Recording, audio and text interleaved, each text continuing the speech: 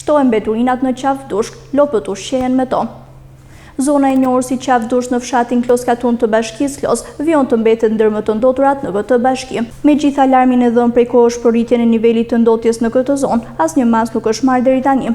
Jo vetëm që mbeturinat nuk janë larguar nga mjedisi ku janë hedhur, përkundrazi ato janë shtuar. Siç duket nga pamjet, pirguji mbetjeve të ndryshme në këtë zonë është rritur. Kohët e fundit janë hedhur edhe produkte të konservuara, të cilat po kthehen në burim infeksioni. Ndërkohë kafshë shtëpiake të banorëve përreth po ushqehen me këto mbeturina të kalpura, duke u bërë një rrezik shumë i madh jo vetëm për ato, por edhe komunitetin. Mbeturinat që janë hedhur në këtë zonë janë nga inertet e ndërtimeve të ndryshme, orendi shtëpiake, veshje tekstile e plastikat të automjeteve. Ky nuk është pirguji vetëm në rrugën e vjetër Klos-Qafbuall, pasi ka edhe disa të tjerë që nisin nga qendra e fshatit Kloskatun e deri në kufi me bashkinë e Bulqizës.